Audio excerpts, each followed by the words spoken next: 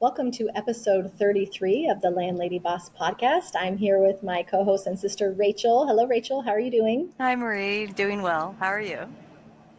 I'm well. I know we were talking about this cold snap that is hitting the entire US, and I know it's a very stressful time for landladies, especially if you're trying to keep your properties from pipes freezing or furnaces from going out and make sure that tenants are warm. It's a very stressful time. So thank you for all of you that are trying so hard to keep your tenants warm and safe. It's not an easy job.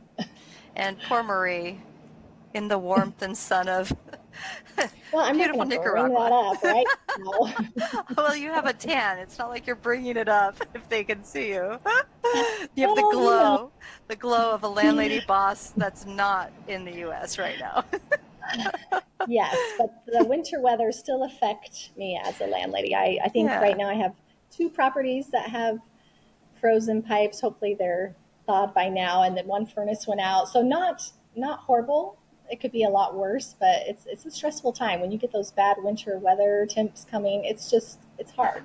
Yeah, no, same. I sent out an email to everybody, an announcement on Friday saying, through Monday night, please, have your pipes, drizzle your faucets and everything like that. But we ended up having three frozen pipes, a furnace go out, and one Yeah, burst. But luckily that was like in a yeah. garage sort of laundry room, so it was only on concrete for the washer machine. But yeah, Oh, good. That's yeah, good. but still, Yes, if you want to know a template, what to text to your tenants, we have on our social media, Instagram and Facebook today, the exact text that I sent out to my tenants a few days ago, knowing the weather was coming. It's not too late. You can still send it out, or there will be more winter storms this winter, I'm sure. And a little picture that's on there that you can send too. So we send a little snapshot picture, and it says, drip your faucets, open your kitchen cabinets, make sure that your thermostat batteries are fresh and that you can keep heat in the house, and then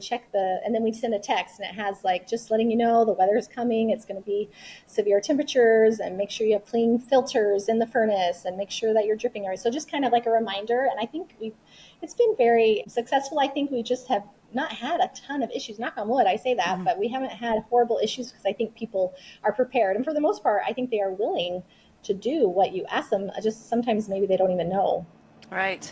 And in fact, if you have an empty apartment, let's say you have one that you're turning over right now, make sure you go and drip those faucets because that's an easy miss. We had dripped ours and then we have a lockbox and we gave the combo to somebody. They went inside and looked around, and instead of turning them off, they actually turned one of the faucets on full blast.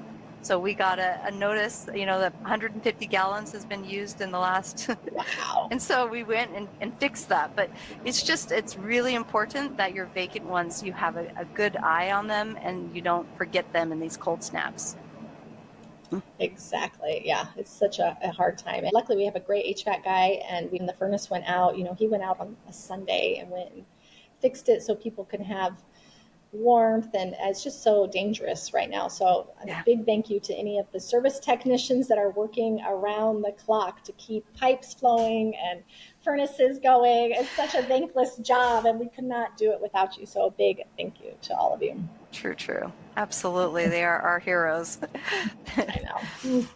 Well, this week we are talking about rental arbitrage, which, Yes. if you're not familiar with this, it's kind of an up and coming thing. Maybe you already are familiar. I know, I've seen different people doing it, but I was on a Facebook group last week, and there was a couple, and they were wondering, they wanted ideas, brainstorming how they could travel as a family, kind of do what I'm doing actually, and wanted some ideas. They had said her husband could not work his job remotely.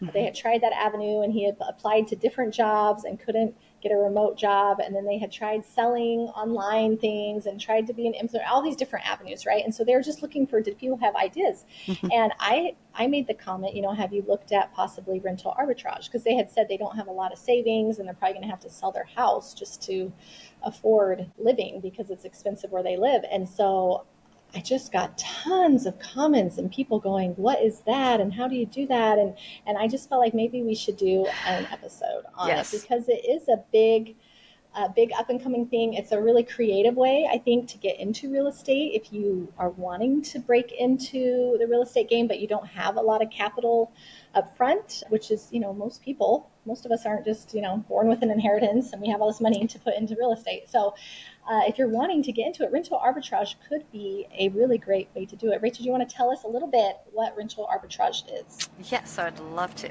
So I've heard about it maybe 4 years ago when one of my staff was telling me that she decided to have Airbnbs. And I thought, that's amazing. How are you going to do Airbnbs? And she said, well, actually, I go and I find rentals that are a good price in a place that I want. And I go and I talk to the landlady and say, hey, can I rent this from you? But I'm going to have it as an Airbnb. I'll put the furnishings in, I'll take care of everything, and I'll pay you rent. And it happened 5 times. She ended up getting 5 Airbnbs, and she would pay the rent every month from the proceeds and advertise and run her business, but didn't have to have that huge down payment to purchase, but still had the benefit of having a short-term rental. So that was kind of an exciting new thing I hadn't heard of either. That's amazing. And when people do hear about this, I think that the first question they have is, how do I get a landlord or landlady to agree to let me do this to their unit? Right. And that's a really good question, because I know when I first heard about it, I thought, I don't think I would want to sign a lease to someone and then they're basically subletting it to, who knows, random people on short-term rental sites. So I remember thinking, like, that would be very uncomfortable for me. So we thought we should do this episode from the point of view of what would it take for a landlord or landlady to be open to this idea, because that, I think, is the main question. Because I think it's an easy concept. Oh, I rent a unit, I put my own furnishings in it, I list it on Airbnb or VRBO or one of those platforms, and then I have a short-term rental. This is amazing. Yeah. With a little bit of investment. I mean, you do have to furnish it, you do have to put all those things in, but depending on how creative you get, depends on how inexpensively you can do it. But the real problem is you got to get a landlord or landlady to agree to that. So that's, right, I think, the number one question that people have. So we wanted to talk today not only about the benefits or maybe the concerns, but what we would feel better with if someone presented it to us, what right, stipulations we would want. And so then if you go either to present this to a landlord or landlady, or you are going to have someone present it to you as wanting to rent your property, maybe you will have some of these tools in your back pocket that you can talk to them about and just address those concerns from the get-go. And right, so maybe have a little more success with that. I mean, we could almost have a role play where you're the landlady and I am trying to pitch it to you. One thing we can do is I would just approach you and let's say, Marie, you are the landlady. You're the person, the owner of the property. And you put a post out there and you're looking for a tenant. So in your mind, some family is going to be applying for this beautiful 3-bedroom. And I am excited about getting it as an Airbnb. Okay, so I would tell you my name, and then I would also let you know my credentials. Like I am Rachel. I actually am a property manager, and so I know what it's like to maintain properties. I've owned property, so I understand how important it is for you to keep your properties nice. And so what I'm wanting to do is rent from you your property and do a short-term rental. Have you ever thought about that before as an option? Right. See if they even know what that is, or, kind of explain the different platforms nowadays and how that works. Right. And then I would talk to you about why it's good for you. I'd say, the great thing about this is that I would get reviews. So it's in my best interest to keep your property beautiful, clean, and well maintained so that I'm able to rent it. And the other thing, it's guaranteed rent. So I have a reputation of collecting rent and paying my bills. And so you're now getting somebody with a really great credit history, and I would be paying you rent, regardless if I have someone in there or not. So it's guaranteed. The second part I'd bring up is maintenance, because of course everyone in their head is thinking about how many people are going to be in there. There's going to be parties, things are going to be broken. They're going to be thinking about this. So one thing, all that wear and tear on the property. Yeah, exactly. Right? Because that's the first thing you think of is 20 people in your cute little apartment that you just love and just finished painting. So I would bring up property maintenance and I'd say, do you know there's going to be like little dings that happen? And I know that normally you would only be fixing them once a year. But since I am looking at the property and have my eyes on the property every time someone moves in and out so frequently, let's say even 3 times a week, we would take care of the basic minor maintenance. Say that, something needs to be changed, anything under, and then this is when you create an amount. Anything under $500, I will take care of it. I won't even call you to come send a maintenance guy. Now, if I was a landlady thinking about this, that'd be pretty good, right? Everything. That sounds pretty amazing, because the things that go through your mind are all the little nicks and dings and the things that just nickel and dime you to death, having to send out your handyman every time. So hearing, I'm going to handle anything under, and that you could choose $300, $500, $1,000, whatever you want to choose, but that definitely sweetens the deal for me. So then the next thing I would talk about is cleanliness. So one of the best things about an Airbnb is that I get a rating if I keep it clean, and I have someone go in and deep clean it every couple days.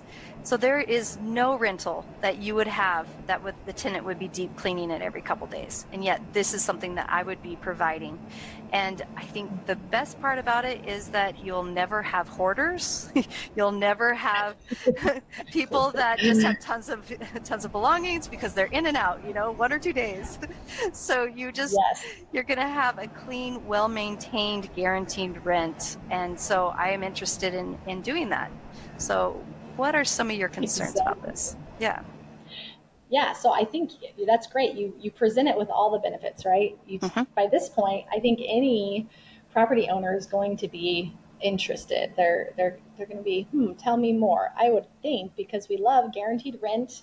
We love well-maintained properties. We love not having to clear out hoarder junk when someone moves, and so at this point, yeah, they're going to be saying, okay, but what about, liability?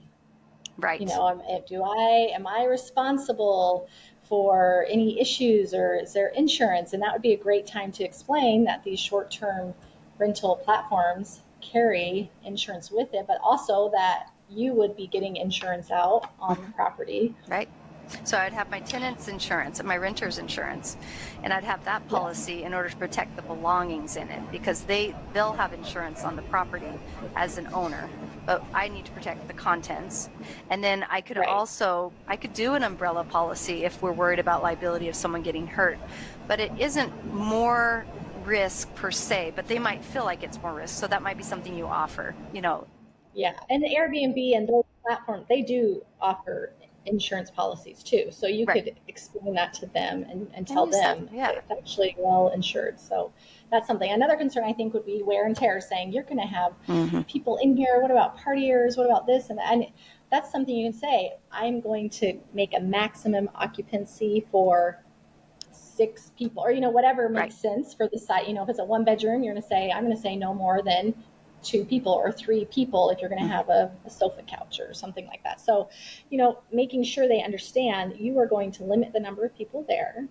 So it's not just open for a free-for-all, but also, as you mentioned, Rachel, saying I'm going to be on any repairs quickly, because I can't have the unit uninhabitable because of or bad reviews, and say, I'm reviewing them, they're reviewing me. And so I am going to be highly motivated to make sure that everything is maintained properly. So wear and tear, things are going to be fixed and corrected very quickly. So I think that would really help alleviate concern. The 2 things I'd bring up if you were worried about wear and tear would be, 1, if you were local and doing this local with properties, which I would suggest, you would say, I live locally. I'm going to be on site looking at this property, making sure that it's, in a rentable condition.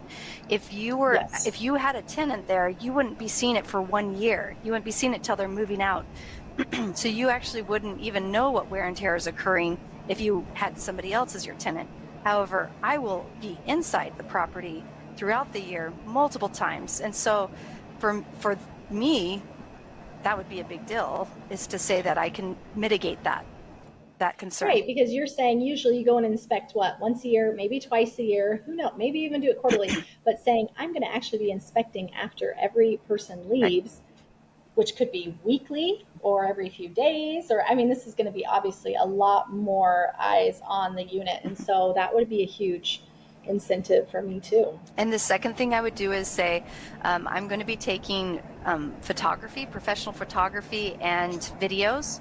And so you will have a really good log of what the property looks like. And I will make sure it's at that state or better when it returns back to you. So having documentation to show where it's at. And then on top of that, you say, the cleaning lady will actually be looking at these photos. And so if anything is different than what the photos are for, you know, how they're supposed to bring you back the property, then we will be fixing those dings immediately. So you actually won't have this property have the same wear that it would have if things were left, long-term leaks, etc. What if you offered that the landowner could have those professional photos? Access to them when you're done, because think about that. You're always trying to make your property look the best. You just staged it. Professional staged photos that when this lease is over, whenever they decide to end it, and you say, and here's these professional photos that you can have, that's a huge incentive, because now I can get a good tenant in there, have these beautiful photos. So that's something to think about too. Say, I'm going to have professional video walkthroughs, I'm going to staged photos, and you can have access to all of those. That's perfect. And then the last thing that maybe you want to do as benefit is offer them a free week that they can have. Maybe they have overflow guests for a wedding or something like that. You can offer them maybe a little bit of time in your Airbnb for their friends or family, just as a little kickback for letting them, you know, letting you do an Airbnb, right? Seeing how much you have to throw in, you know, if they're like, this is a great idea, great, you don't give it all away. You're done. If they're still pretty hesitant, you can always throw in a free week. Why not? Right. So that's a great idea, incentivizing it that way. So then the next part would be legal compliance. You want to make sure that their property, their insurance allows for it to be a rental, because you're now renting it. So you do need to check with them and say, hey, you know, just to make sure is that this property is in an area of town that allows for short-term rentals. Is it in a neighborhood? Some neighborhoods prohibit short-term rentals. So getting that legal compliance before you sign a contract, make sure that this is something that you're able to do, because otherwise you now have a year lease and you can't rent it. So you're going to be subleasing for one long-term rental. So I think that due diligence beforehand is really important. And maybe you've even done some of that, I would hope, before you even approach. You know, when you're looking at a good area to do this, I mean, you're going to do some research, right? You're not just going to say, hey, there's a for rent sign. That looks good. No, hopefully you're being strategic about this and looking at, okay, is there a hospital nearby, or a university campus, or an amusement park, or a beach, or, you know, something. You're looking at areas that people want to be, and then walkable within those areas. So whether it's people traveling for work or vacation, but finding those areas and then doing quick research to see, are Airbnbs even allowed in this area? You can find that out, or you can call the city offices and find that out, so that you're not wasting your time or the landlord's time by calling them and they're like, you can't even do this in the city. Why are you talking to me? You know, so do that due diligence from the get-go and be very strategic about it. Find places that people are actually traveling to. Research other Airbnb or VRBOs, and, you know, are there not any there? Okay, well, that could be good, except why? Why aren't there? Or there are just a ton and the market is flooded. And then see their occupancy rates and start researching. So find as much data as you can beforehand, and then you present this to the property owner with just a lot more information and say, actually, that's not a concern. This is allowed here.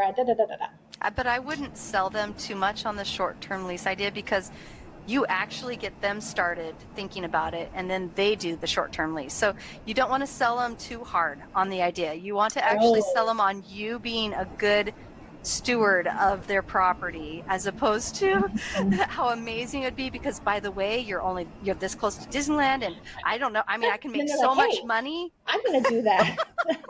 Like, wait. Right. So talk about that. You've made sure that this, you know, you've done your due diligence on the part you can, and then ensure that they're able to rent it to you. And then I think then you just do a transparent agreement. The agreement has to detail the terms, has to detail how often they can come check out the property, how often you're going to give them free access to it. Like, can they have a week? It also, like, how long are you renting it for? Are you just doing it for a busy time for the summer? Is it like a shorter term lease that you're doing for 3 months, or are you doing it all year? These are the kind of conversations, you want to get in writing. And then, Definitely. You want it all laid out. So there's no questions, but things that I would be looking at as a landlady, I would be very interested if they're willing to sign a longer lease. You know, if someone comes and like, I want to do a 3-month, that's not really great for me. But if they're like, hey, I'm really wanting to do, say, 2 years or an 18-month or something, that, and I'm not saying that everyone can just swing that and do that, and especially if you're not sure how the market's going to go, but I'm just saying from my point of view, that would be a huge incentive for me. Another incentive would be offering higher rent every month. Say, I'll pay you 10%, 20% over what you're asking. If I know I can get guaranteed rent and it's going to be more than I'm currently asking, that's going to be a huge incentive for me. I'm not saying you have to do it this way, but here's some just ideas if you're feeling like you need to sweeten the deal.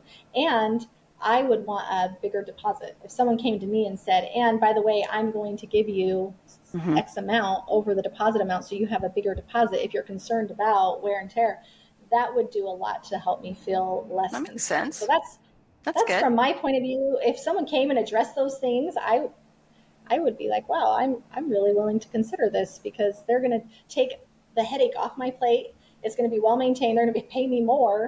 I'm not going to have to find tenants for X amount of time. Like, I know that there's not going to be a headache involved, and that's huge incentive for me. No one wants a headache. And that's a win, because there's a lot of infrastructure cost when you set up a short-term Airbnb. It, like, you have all of your dining ware, your table, your chairs, your couches, all of your furnishings, your beds, everything, your bedding. And so you put in this much money in furnishing it, you're going to want a lease that's longer so that you can recoup that money back. But also, rent keeps going up. So it's in your best interest to sign a 2-year lease. Because if this is really going to be something you're going to put some money into and then start making money off of, you just ensured your rent stays the exact same for 24 months. I mean, that's actually a win for both parties, I think. That's kind of nice. Yeah. Nice. Well, and that brings up, if you are the expense of getting it all decorated and outfitted and everything, I would say it only has to be as expensive as you want it to be. Because if you are on a shoestring budget, maybe this is your first 1 or 2 and you're just trying to get started, be so creative. Go to Facebook Marketplace, go to thrift stores, find things. We did this. Our very first Airbnb was this little lake house. And I mean, I painted everything myself. I stripped and restained those cabinets. I made I bought blank canvases and stencils, and I'm not artistic. We have a very artistic sister. That is not me. And you're a very artistic, Rachel. But I took stencils with black paint, and I made things to hang on the wall. I took like an old window and I put hooks on it and hung things. I mean, you can be as creative as you want to be to really cut down price on things. And you can go to thrift stores to find kitchen stuff. There's always kitchen plates and gadgets and things that you can find that look very good. That are in very good shape for outfitting a rental like that. So don't think you have to just spend $20,000-$30,000 to outfit it to make it just look like it's amazing. You can find ways to do it very inexpensively. Yeah, but there's still upfront costs that, like, there are some, to buy beds and couches. I mean, you even used. It's still, I would say you can't buy used mattresses. I'm gonna draw the line. Bed frames. You can buy used couches and washer and dryer. Yes, you can refinish furnishings, maybe old dressers or change out knobs and things, but you're going to need to buy new mattresses, please. Yeah, no, I think that's really good. So get that longer lease, and that would be amazing. Also, I think something that needs to come up is complaints. I think if I were the landlady boss, that would bother me. Sorry, I just switched roles. I would want an out. You do that I would one. want an out. Yes, you're coming from it. If you're the applicant, I'm coming from it as the landlady. Yeah. But if I would want something in that agreement that says if I get so many complaints or such and such complaints, that I have the ability to end the lease at any time. Because what my fear would be, maybe they have loud parties or loud tenants, or people come regularly. And if my other tenants, if this is a multifamily, if my other tenants are getting really irritated, I don't want my good, hand-picked, wonderful tenants to leave because of some short-term tenants that are not respectful and that are loud and very annoying. So that would be important for me. How are we going to address complaints when they happen? How are you going to address them? What rights do I have to end the lease? Which, I mean, my leases anyways say noise complaints, and after so many complaints, I have the right to break the lease. But I just would want that very laid out and everyone on the same page. I think the complaint that usually comes up is parking.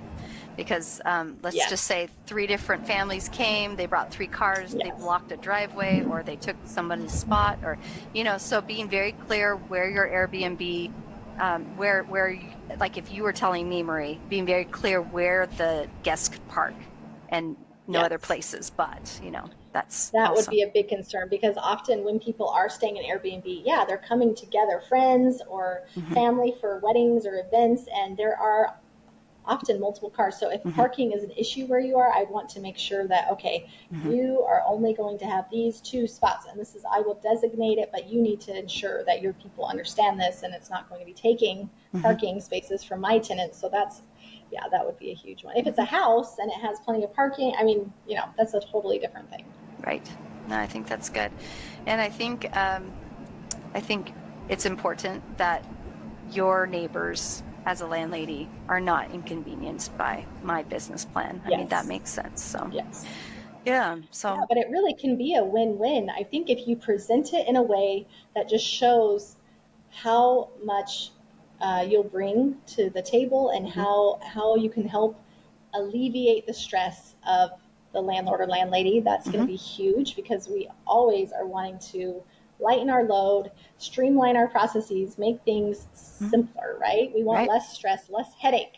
So if you're presenting it and they're just like, this is going to be a headache, no, they're just going to say, never mind, I don't want to even do it. But if you present it from the position of, I'm going to make this a win for you, this is going to be so much easier for you, less of a headache. And obviously, as the landlady, I would still, in the agreement, I would still be responsible for obviously all those big repairs, the HVAC and the appliances and the roof and like I still have an obligation, and that would be laid out in the agreement. But knowing that all the little complaints and things are not going to be an issue, and they're going to be in there and take it hands off for you, but be on site to make it very, very low stress for you. So that would be huge for me. Yeah, no, I think that's good. Really good. This is, as an option, is fascinating. And it's whoever thought of it the first time was brilliant. But I just appreciate another idea where people can create rentals out of ingenuity and being willing to just figure out a way. It's pretty brilliant. I love it. Me too. It is. I wish I had invented it. I didn't. But I love that about real estate investing. You're only limited by your own imagination and your own desire or will to succeed, because this is a totally different avenue that someone that says, I don't have a lot of resources. Okay, you have a phone, you have the internet, you can research this, you have resources available to you to try to build your own, and then it can snowball. After you get 1 or 2, you start having that positive cash flow coming in every month. All of a sudden, you can now have more income to maybe do either the same rinse and repeat and get more Airbnbs and kind of build a little Airbnb empire, or if it's the money you're needing to then go on to other kinds of rentals or real estate deals, or it's a foot in the door, which is amazing. Remember the risk. Let's just say you had 5 of these going on and COVID hits, and now nobody's gone for 2 months, nobody is rented from you. So just think about that. Do you have the ability to pay these leases if something happens? So I would definitely have a nest egg, a backup that you could cover if it went south, because you still are, at the end of the day, you are responsible to pay the rent of now 5 places. So just remember, don't overextend yourself. Yeah, the more that you take on, the bigger, because as we've said in past episodes, have an emergency fund Yeah. for any of your rental properties. But Yeah. this too, the more that you take on, the bigger the nest egg would need to be to not only cover maintenance and things, but like you said, if you all of a sudden are paying a couple months of rent, because you still owe the rent to that Right. landlord, even if no one books it or stays Yeah. there. So you really want to make sure that you have the emergency fund there The to cover reserve. those things and everything. Correct. Yes, Yeah. the reserves. Yeah. Yeah. So I think overall though, like start small, grow, and have your Yes. reserves ready for if there's anything that goes wrong, and become the awesome landlady boss that you are. It's going to be amazing. Yeah, Yeah. it's a great way to get your foot in the door. So best of Yeah. luck with it. I love the idea, the ingenuity of it, and you could be so creative in this. So hopefully some of these tips give you some ideas or ways to present it to a landlord or landlady. And if you are a landlord or landlady, maybe it gives you some things to ask for or to discuss if someone presents this to you. So hopefully this is very useful. And if you are enjoying our podcast, we would love to hear from you. Please send us an email at landladybosses@gmail.com. And please subscribe and share to other landladies that you may know that maybe could benefit from this information. We just want to help people make fewer mistakes and have less headaches. So hopefully this is beneficial to you. And I just want to say thank you for all that you do. It's a thankless job. Sometimes, some days, no one's nice or they don't want to do what you ask, or you just get a lot of pushback, and sometimes it's just hard. So thank you so much for all the effort you do to make your rental properties wonderful for the tenants that you have. And remember, no one can manage your properties as well as you.